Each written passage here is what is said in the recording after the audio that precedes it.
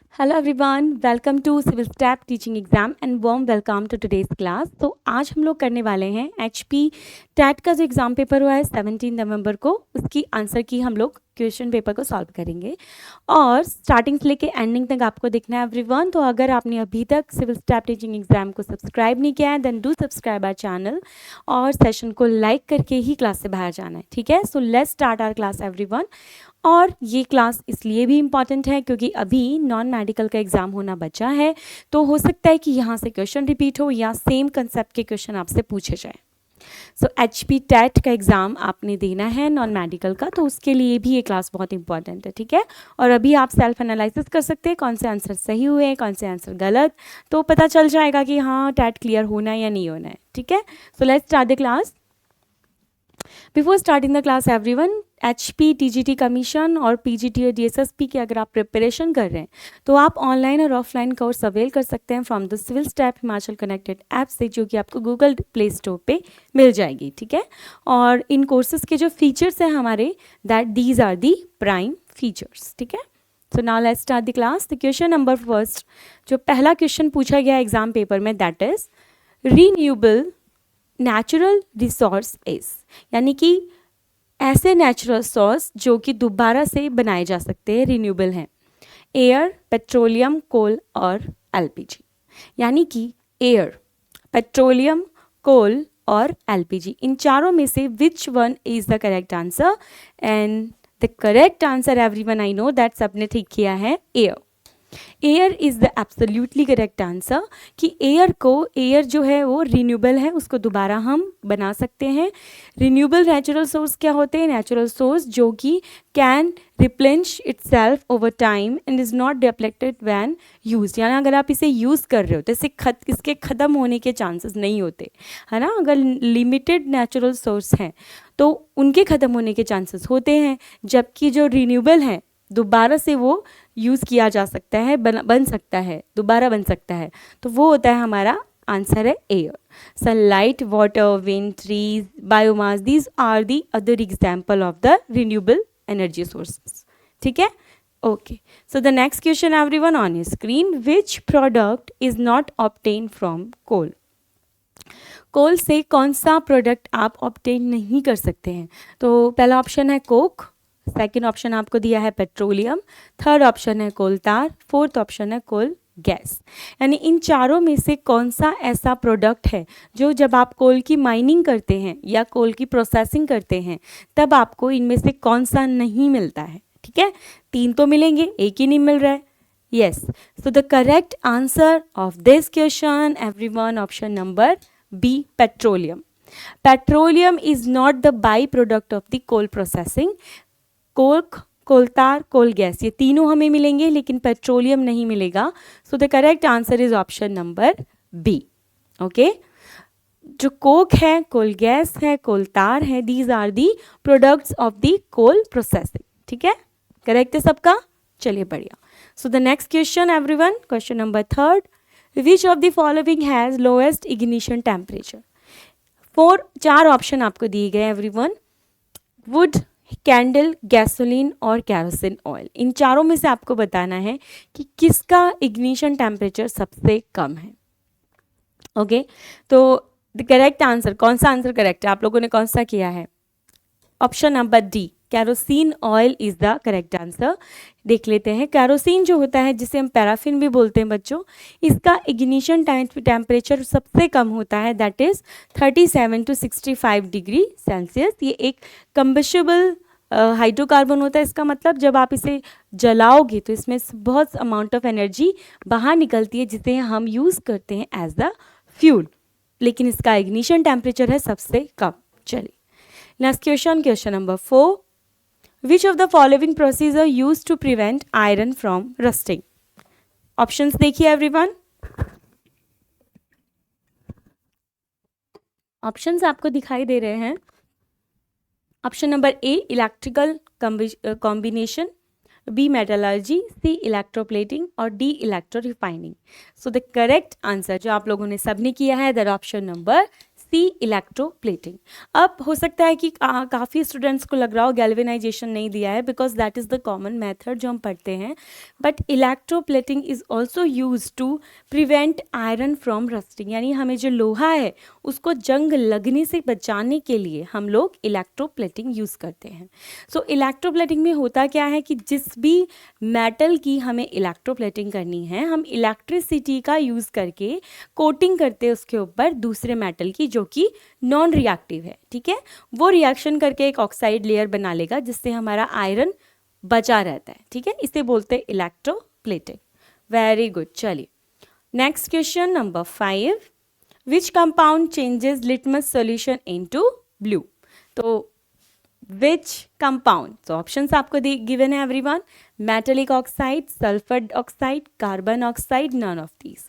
तो इस क्वेश्चन का आंसर क्या होगा? आपको लिटमस टेस्ट सबको पता है, everyone knows the litmus test. क्या होता है लिटमस टेस्ट एवरीवन?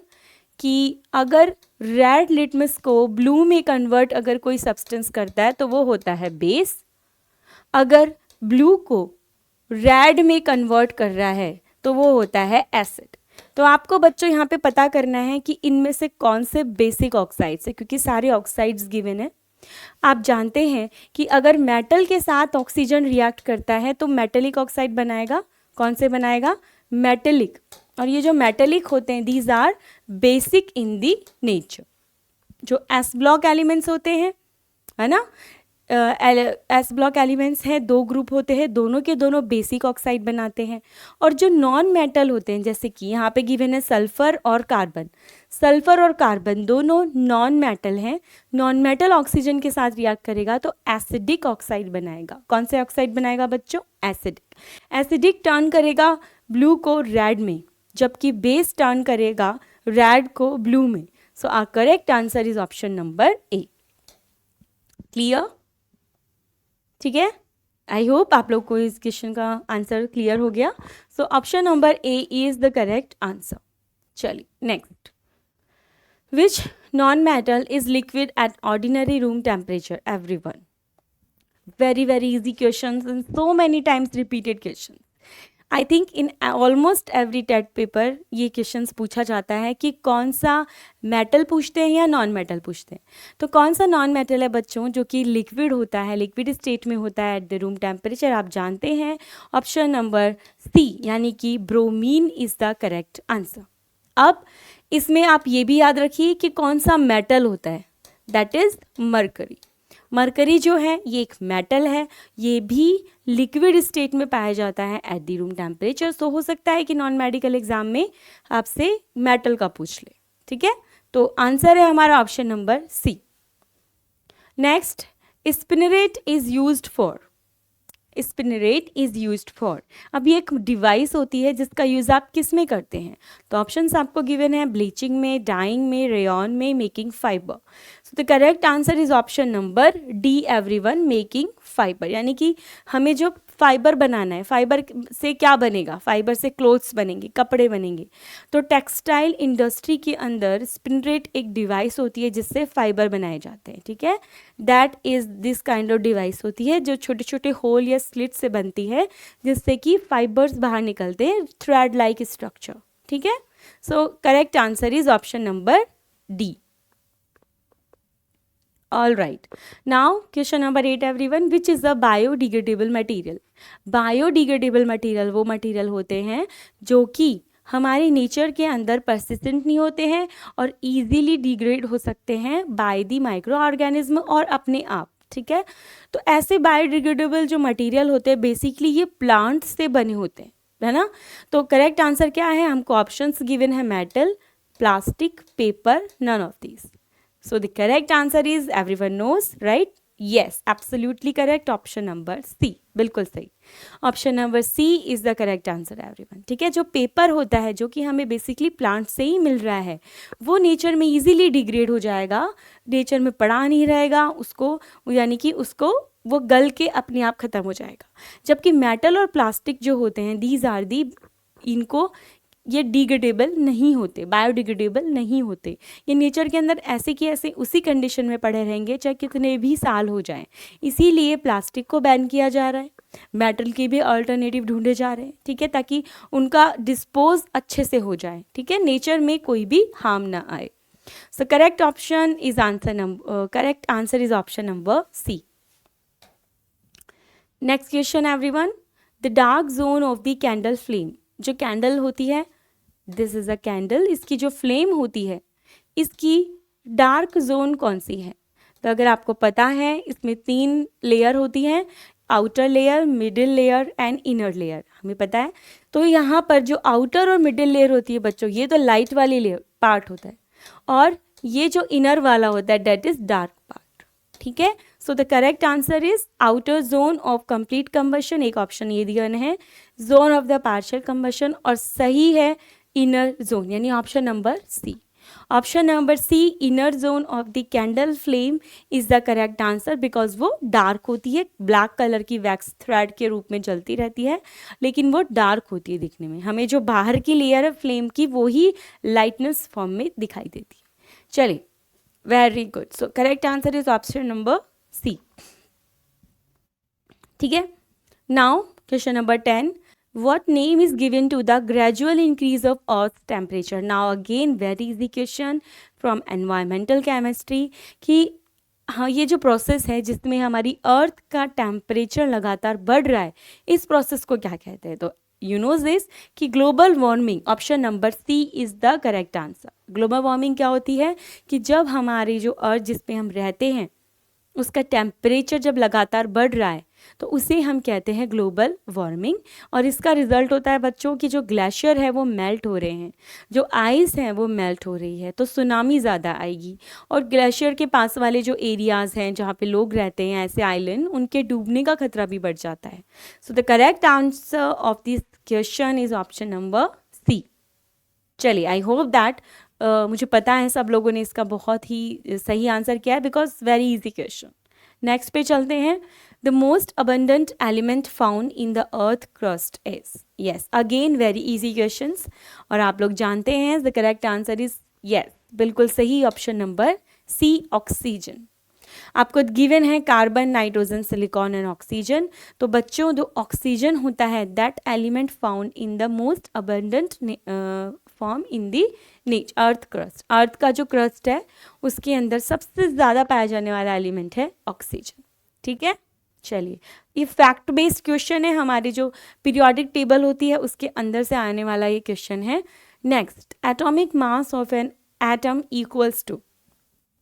अब आपसे पूछा गया है कि atomic mass of an atom equals to. अब देखिए, हो सकता है इस क्वेश्चन में आपका थोड़ा सा डाउट हो. ऑप्शंस है number of electron plus number of neutron, number of neutron plus number of proton, यानी कि क्या can I right here E, neutron, neutron, proton, proton and neutron, ठीक है.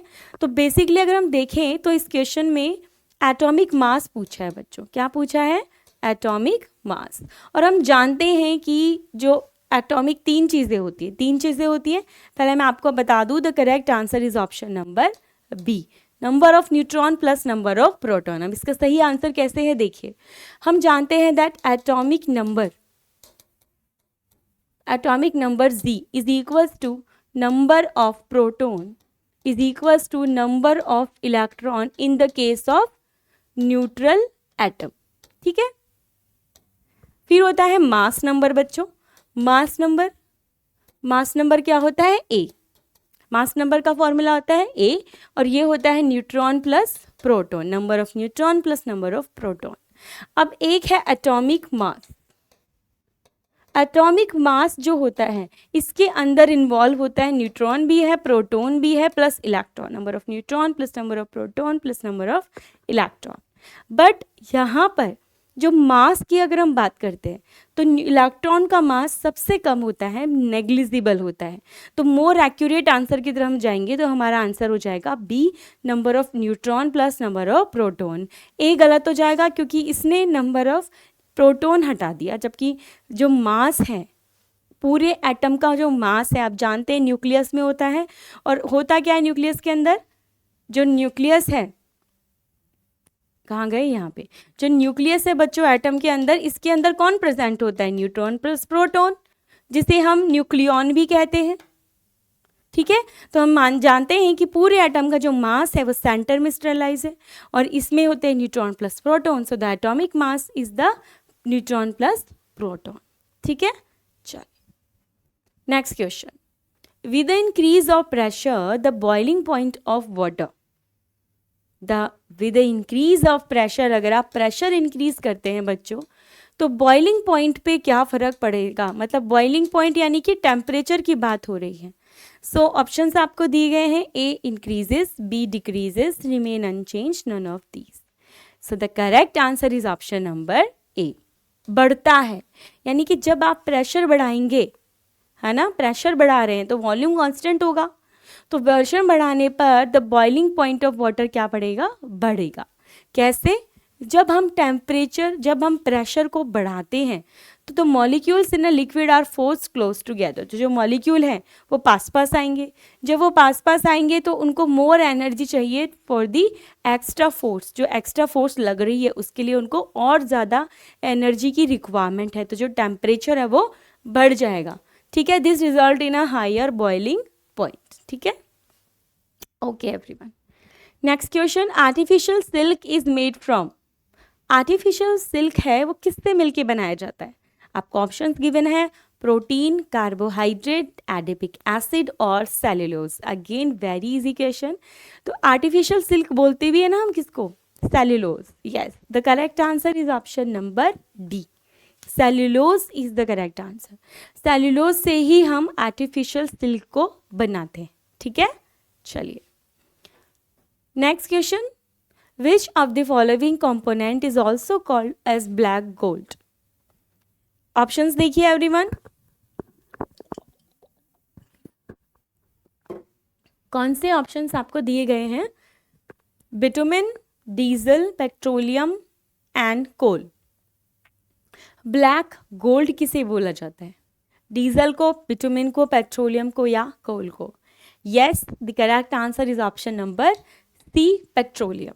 ठीक है, यानी कि पेट्रोलियम को बच्चों ब्लैक गोल्ड भी कहा जाता है, क्योंकि जब क्रूड ऑयल को एक्सट्रैक्ट किया जाता है from the land it is black in the colour, यानी जब हम लैंड से जो ऑयल निकाल रहे हैं बेटा वो पेट्रोलियम तो नहीं है ना, वो क्रूड ऑयल है और उसी के सारे प्रोडक्ट्स होते हैं these all are the product of the crude oil, तो वो कलर में ब्लैक होता है, इसलिए उसको बोलते हैं हम ब्लैक गोल्ड। क्या बोलते हैं, ब्लैक गोल्ड, बिकॉज ये इतना ज़्यादा महंगा होता है, इसकी वैल्यूज़ बहुत ज़्यादा होती है, किसी भी नेशन की इकोनॉमी भी इस पर डिपेंड कर सकती है। जैसे सऊदी अरब एरिया है, इराक है, ईरान है, वहाँ पे ऑयल सबसे ज़्यादा होता है, तो उनकी जो इकोनॉमी है इसी पे बेस्ड होती है, इसलिए इसको हम ब्लैक गोल्ड कहते हैं।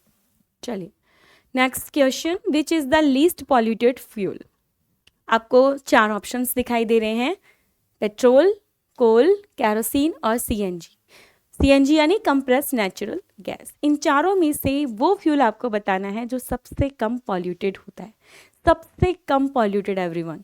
सो the correct answer is option number D, CNG. Yes, absolutely correct है और मुझे पता है कि सब बच्चों ने सही किया है, क्योंकि जो सीएनजी बच्चों जब ये जलती है ना तो इसमें से कोई भी ऐसे कार्बन नहीं निकल रहा है या इसमें से कोई भी हार्मफुल या पॉल्यूटेंट नहीं निकलते। ठीक है, जबकि पेट्रोल जलेगा तो इसमें से निकलेंगे कार्बन मोनोऑक्साइड्स वगैरह, कोल से निकलते हैं, कैरोसिन से निकलते हैं, लेकिन सीएनजी से नहीं निकलते। CNG is a compressed natural gas और बेसिकली ये बनी होती है मीथेन से, CH4। ठीक है, चलिए very good, the answer is D. ठीक है, जो सीएनजी होती है वो लेस और बहुत ही कम टॉक्सिक गैसेस एटमॉस्फेयर में निकलती है, जबकि पेट्रोल, डीजल और अदर फ्यूल्स होते हैं बहुत ज़्यादा टॉक्सिक गैस निकलते हैं। कार्बन कंटेंट की बात करें तो सीएनजी के पास लोअर कार्बन कंटेंट होता है, जिससे कि अमाउंट ऑफ कार्बन एटमॉस्फेयर में कम निकलता है। और बच्चों ऐसा फ्यूल जो कि कार्बन का कंटेंट कम देगा वो ही हमारा मोस्ट इफेक्टिव और लेस पॉल्यूटेंट फ्यूल होता है। ठीक है, चलिए बहुत बढ़िया। Next question, which gas is produced during incomplete combustion of fuels like petrol and diesel? Petrol and diesel का इनकम्प्लीट कंबशन, ये देखिए ये लिखा है यहाँ पे, उससे क्या बनेगा? आपको ऑप्शंस गिवन है, कार्बन डाइऑक्साइड यानी CO2, nitrogen, carbon monoxide and sulphur dioxide. अब देखिए, अगर आप कंप्लीट कंबशन करते हो फ्यूल का, क्या करते हो, कंप्लीट कंबशन, तो बच्चों जब आप किसी भी फ्यूल आपने लिया और आपने इसका कंप्लीट कंबशन किया, कंबशन करने के लिए ऑक्सीजन की प्रेजेंस में हम इसको जलाते हैं, कंबशन करते हैं, तो हमें मिलता है CO2 plus water plus large amount of heat. यही तो हम, इसी हीट को हम यूज़ करते हैं एज अ फ्यूल। तो कंप्लीट कंबशन होगा तो CO2 निकलेगी, लेकिन अगर आप इनकम्प्लीट कंबशन करते हो तो फिर निकलती है carbon monoxide. So the correct answer is option number C, carbon monoxide, CO gas, which is very very very harmful, because ये इसका रीज़न है, तो बताऊंगी आपको मैं। तो correct answer is option number C. ठीक है, incomplete combustion happens when there isn't enough oxygen.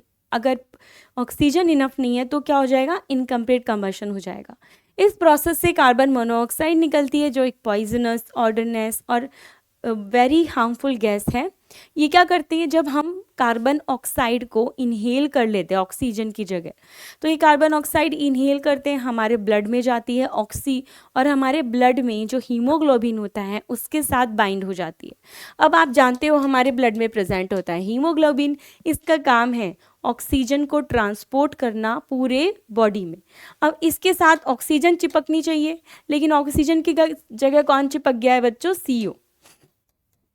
और ये जो CO है, कार्बन ऑक्साइड, ये जब हीमोग्लोबिन के साथ चिपका है, बाइंड किया है, तो ये बहुत स्टेबल कॉम्प्लेक्स बना लेता है, very very very much stable complex then haemoglobin और ऑक्सीजन।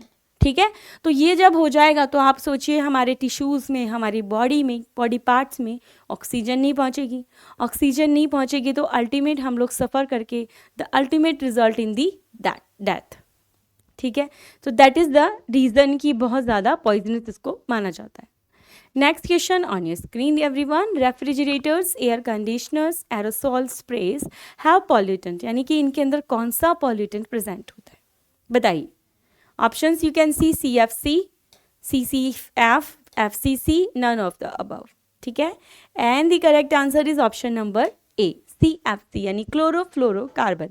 जानते हैं आप लोग क्लोरोफ्लोरोकार्बन, और इसको हम फ्रियॉन्स भी कहते हैं ना, फ्रियॉन्स भी हम इसे कहते हैं। तो जो CFC होता है, जो हमारे रेफ्रिजरेटर, AC और एरोसॉल स्प्रे में प्रेजेंट होता है, तो ये क्या करता है, ये यहाँ से बाहर निकलता है और ऊपर ओजोन लेयर में पहुँचकर डिप्लेशन करता है। तो और ओजोन लेयर डिप्लेशन में भी CFC ही रिस्पॉन्सिबल होता है। चलिए, वेरी गुड, ऑप्शन आंसर हो गया 1A। Next question, which gas has the ability to decrease the intake of oxygen in blood. ऐसी कौन सी गैस है। अब एक ही गैस को बच्चों इन्होंने 2 बार 2 क्वेश्चन दे दिए सेम, तो अगर आपको आता है तो आपके 2 क्वेश्चन सही हो गए। तो इन्होंने बोला कि ऐसी कौन सी गैस है जिसकी एबिलिटी है जो ऑक्सीजन इनटेक को कम कर देगी हमारे ब्लड में। अभी हमने डिस्कस किया, ऑप्शंस देखें, nitrogen, carbon monoxide, carbon dioxide and oxygen. Oxygen तो वैसे ही नहीं होगी क्योंकि उसी का इनटेक तो कम हो रहा है, तो ये तो कैंसिल आउट हो गई। नाइट्रोजन वैसे नहीं होती। अब बची 2, कार्बन डाइऑक्साइड, कार्बन मोनोऑक्साइड। हम जानते हैं कि जो ये कार्बन मोनोऑक्साइड है, ये हीमोग्लोबिन के साथ बाइंड होकर क्या करती है, स्टेबल कॉम्प्लेक्स बना लेती है, जिससे कि ऑक्सीजन नहीं बाइंड हो पाती। इस वजह से ऑक्सीजन की इनटेक हमारी बॉडी में, ब्लड में कम हो जाती है। ब्लड में ही प्रेजेंट होता है ना haemoglobin. So the correct answer is option number B everyone. ठीक है, चलिए, एक ही कॉन्सेप्ट पे 2 क्वेश्चन आ गए। Next question, which of the following deficiency in food causes night blindness disease, यानी कि जो इसे हिंदी में रतौंधी भी बोला जाता है, नाइट में दिखना बंद हो जाता है, होता है ना। वैसे ये एल्डर एज में ज़्यादा होता है, लेकिन इसका जो रिस्पॉन्सिबल है कि ऐसा कौन सा विटामिन है जो अगर हमारे खाने में कम हो जाएगा तो हमें ये डिजीज़ हो सकती है।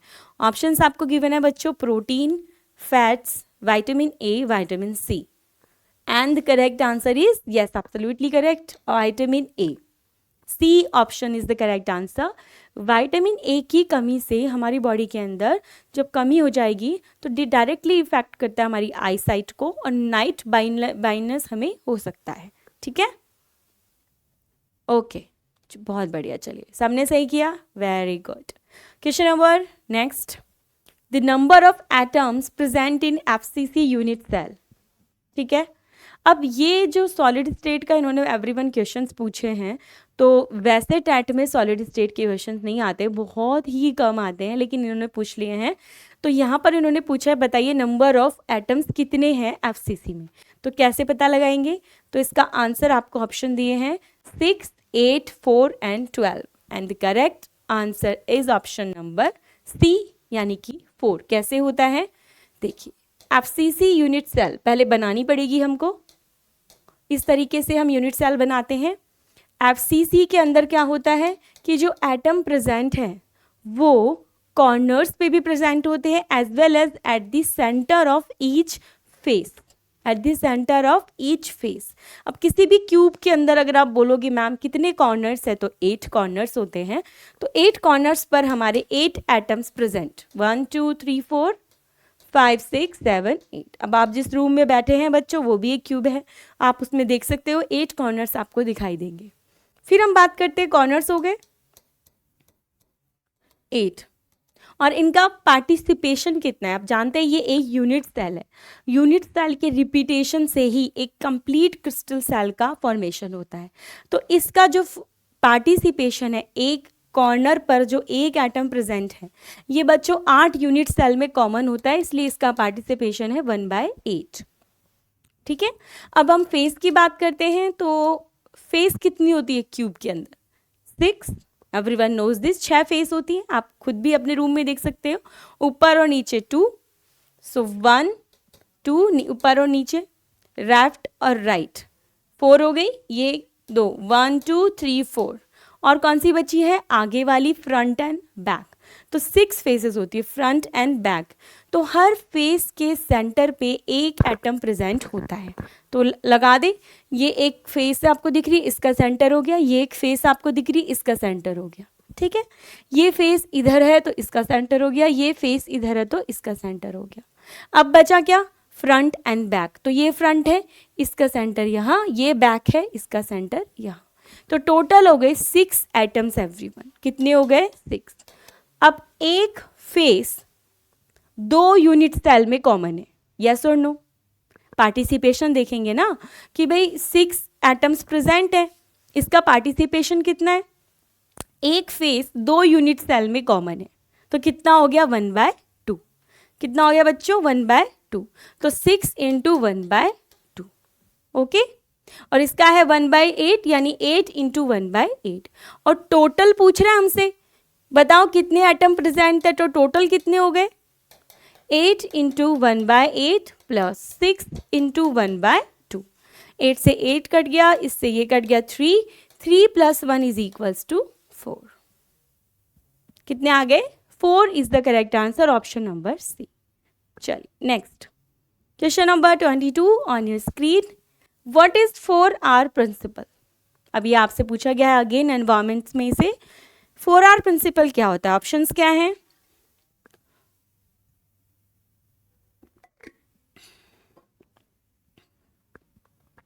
Option number A reduce, refined, recycle, recover. Option number B reduce, reuse, recycle and recover.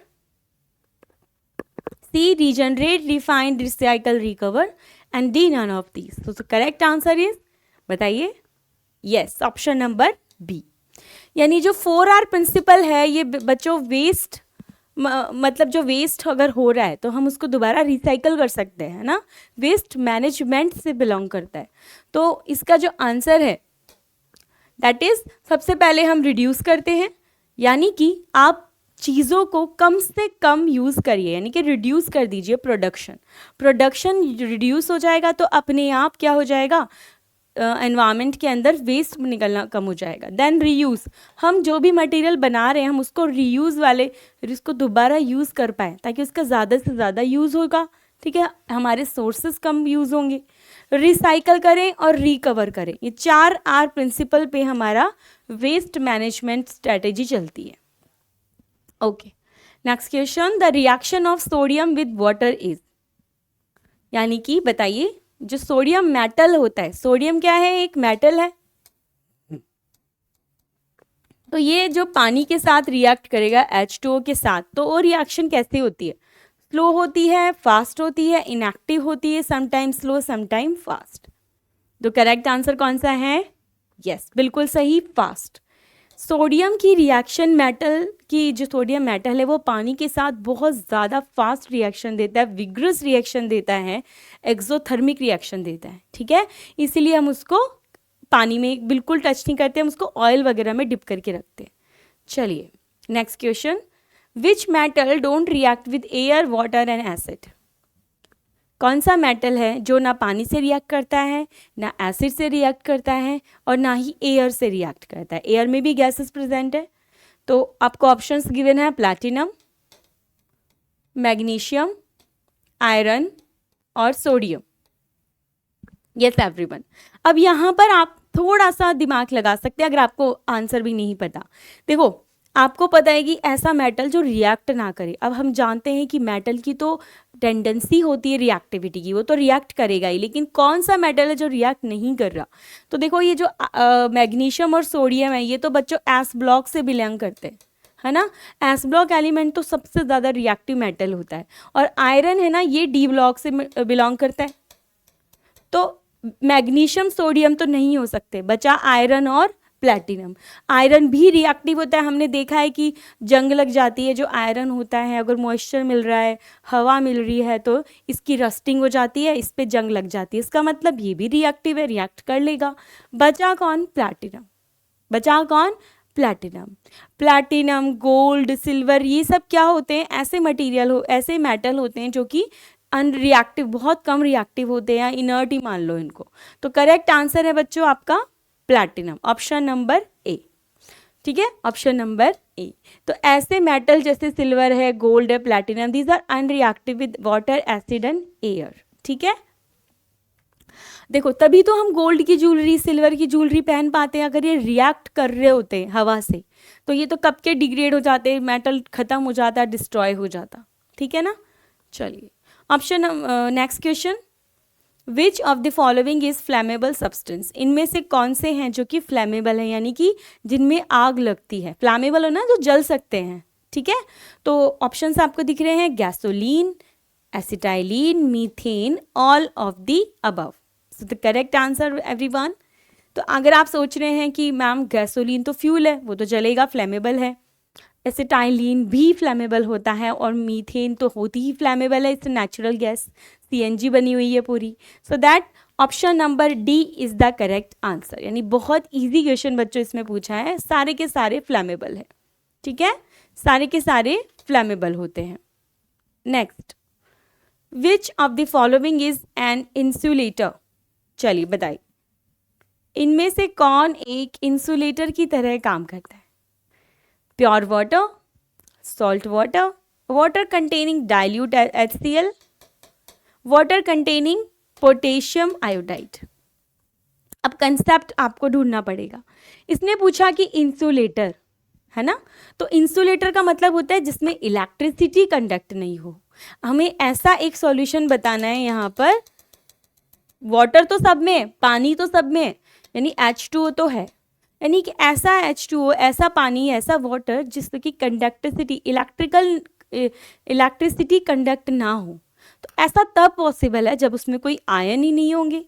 अगर पानी के अंदर कोई आयन प्रेजेंट नहीं है, तो आयन करते ना कंडक्ट इलेक्ट्रिसिटी, तो जब आयन नहीं होंगे तो इलेक्ट्रिसिटी कंडक्ट नहीं होगी। तो एवरीवन, जो प्योर वाटर होता है, ठीक है, इसके अंदर कोई भी आयन नहीं होते, तो correct answer is option number A, ठीक है। तो इंसुलेटर्स है substance that do not allow electricity to pass through them, okay. So तो प्योर वाटर होता है जिसे हम डिस्टिल वाटर भी कहते हैं, इट्स एन इंसुलेटर, इसके अंदर कोई फ्री पॉजिटिव नेगेटिव किसी भी तरीके के आयन्स नहीं होते जो कि इलेक्ट्रिसिटी को कंडक्ट कर पाए, चलिए, अब आप जानते हो सॉल्ट वाटर में सॉल्ट होगा तो Na+Cl- प्रेजेंट हो जाएंगे, इसके अंदर H+Cl- प्रेजेंट है, इसके अंदर K+I- प्रेजेंट है, इन सब में आयन है, जबकि प्योर वाटर में कुछ भी नहीं है, कोई आयन नहीं है। ठीक है, next 27 question everyone, which of the following chemical is use to purify water. पानी को प्योरीफाई करने के लिए हम क्या यूज करते हैं? तो ऑप्शंस हैं, पहला bleaching powder, chlorine, ozone, all of the above. तो अगेन इसमें जो हमारा करेक्ट आंसर है that is option number D. हम जानते हैं कि ब्लीचिंग पाउडर जो होता है एक्चुअली ये भी क्लोरीन ही इसका जो क्लींजिंग एक्शन है इसमें भी क्लोरीन ही निकलती है, और आप जानते हो क्लोरीन को तो हम वाटर को प्योरीफाई करने में यूज़ ही करते हैं। ओजोन भी एक क्लींजिंग एजेंट की तरह काम करती है। तो ये अब हमारे जो आंसर है that is option number D. ठीक है, option number D is the correct answer. Question number 28, symbol to tungsten element. तो एवरीवन जो टंगस्टन एलिमेंट होता है उसका कौन सा सिंबल है? आपको दिखाई दे रहे हैं options. Options you can see here: A tungsten, B titanium, C tellurium, T TM। तो यहाँ पे जो ऑप्शन है आपको दिख रहा है दैट इज ए।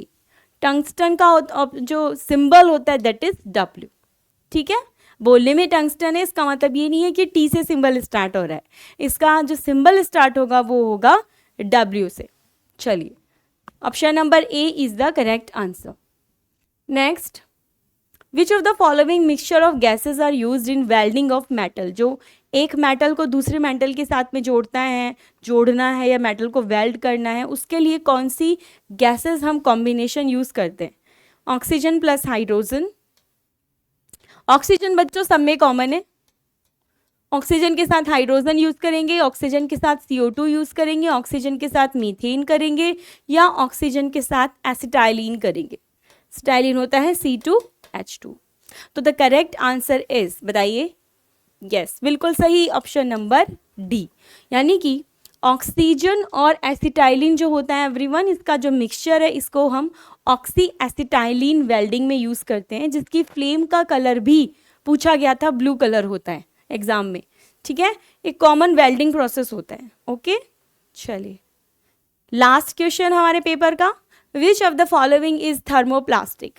बताइए, इतना इजी क्वेश्चन पॉलीमर से पूछा है, इनमें से कौन सा थर्मोप्लास्टिक है? लेकिन इस क्वेश्चन में थोड़ी गड़बड़ है क्योंकि एक से ज़्यादा ऑप्शन सही है। इस क्वेश्चन में एक से ज़्यादा ऑप्शन सही है एवरीवन। इसका जो आंसर है एक्चुअल में ए भी सही है, बी भी है और सी भी है। ये तीनों थर्मोप्लास्टिक है, जबकि बैकेलाइट जो है ये थर्मोसेटिंग पॉलीमर है ना। अब इसके आपको मिल जाएंगे नंबर इसमें, क्योंकि इसमें गड़बड़ हो गई है, तो जिसने भी क्वेश्चन अटेम्प्ट किया है उसको मार्क्स मिलेंगे। तो करेक्ट आंसर है A, B एंड C। तीनों के तीनों यानी कि नायलॉन, पॉलीथीन और PVC, ये तीनों थर्मोप्लास्टिक होते हैं, और थर्मोसेट है यहाँ पे सिर्फ बैकेलाइट। ठीक है, थर्मोप्लास्ट और थर्मोसेट में क्या डिफरेंस है? तो बच्चों, जो थर्मोप्लास्टिक होते हैं वो पॉलीमर होते हैं, वो प्लास्टिक जिन्हें आप दोबारा से रीशेप कर सकते हो, हीट करके किसी दूसरी शेप में उसको बना सकते हो, तो वो होते हैं थर्मोप्लास्टिक। टेम्परेचर पे उनका इफेक्ट होता है, और टेम्परेचर में वो क्या करते हैं, उनके हम रिफॉर्म कर सकते हैं, मोल्ड कर सकते हैं, बहुत सारी चीज़ें। जबकि थर्मोसेट प्लास्टिक्स जो होते हैं एवरीवन, वो ब्रिटल होते हैं, है ना, और आप उन्हें दोबारा से टेम्परेचर से हीट करके रीशेप नहीं कर सकते हो। एक बार जिस शेप में आपने थर्मोसेट को बना दिया उसी शेप में रहेगा। ठीक है, आप दोबारा से उसे रीयूज नहीं कर सकते, तो वो होता है थर्मोसेट। अब एग्जाम्पल की बात करें तो देखो बच्चों, ये these are thermoplastic material, thermoset. Thermoplastic में कौन कौन है? Polycarbonate, polyoxymethylene, acetyl, homopolymer, acrylic, nylon, polythene, PVC। यही है ना, एग्जाम में पूछा, पॉलीस्टाइरीन, टेफ्लॉन, ये सब थर्मोप्लास्टिक है। थर्मोसेट की बात करते हैं तो बैकेलाइट जो हमको एग्जाम में दिया है, पॉलिस्टर, मेलामाइन, सिलिकॉन्स, रेजिन्स, ये जो सब हैं ये सब क्या हैं? थर्मोसेट। क्लियर? चलिए thank you so much everyone. So ये हमारा पेपर था, पूरे 30 क्वेश्चन हमने सॉल्व किया। आई होप आपको आप लोगों के मैक्सिमम क्वेश्चन सही हुए हों, and I wish you all the best कि आपका सिलेक्शन हो जाए। ठीक है, सो आपके लिए ये भी है कि इस पेपर को सॉल्व करने से ये भी थोड़ा आइडिया आपको हो जाएगा, जो नॉन मेडिकल का एग्ज़ाम बच्चे देने जाने हैं, कि हाँ इसमें रिलेटेड क्वेश्चंस हम लोग ज़्यादा सॉल्व कर लें। ठीक है, चलिए बाय बाय। अगर आपको अच्छी लगी class then please like the session जाने से पहले, और इसी तरीके की वीडियोस को देखने के लिए और अपने पेपर में हेल्प के लिए, आपके प्रिपरेशन में हेल्प के लिए आपको जो बेल आइकन है उसे प्रेस करना है, सो दैट आपको नोटिफिकेशन मिल जाए। ठीक है, okay everyone, so bye bye, have a good day, thank you so much.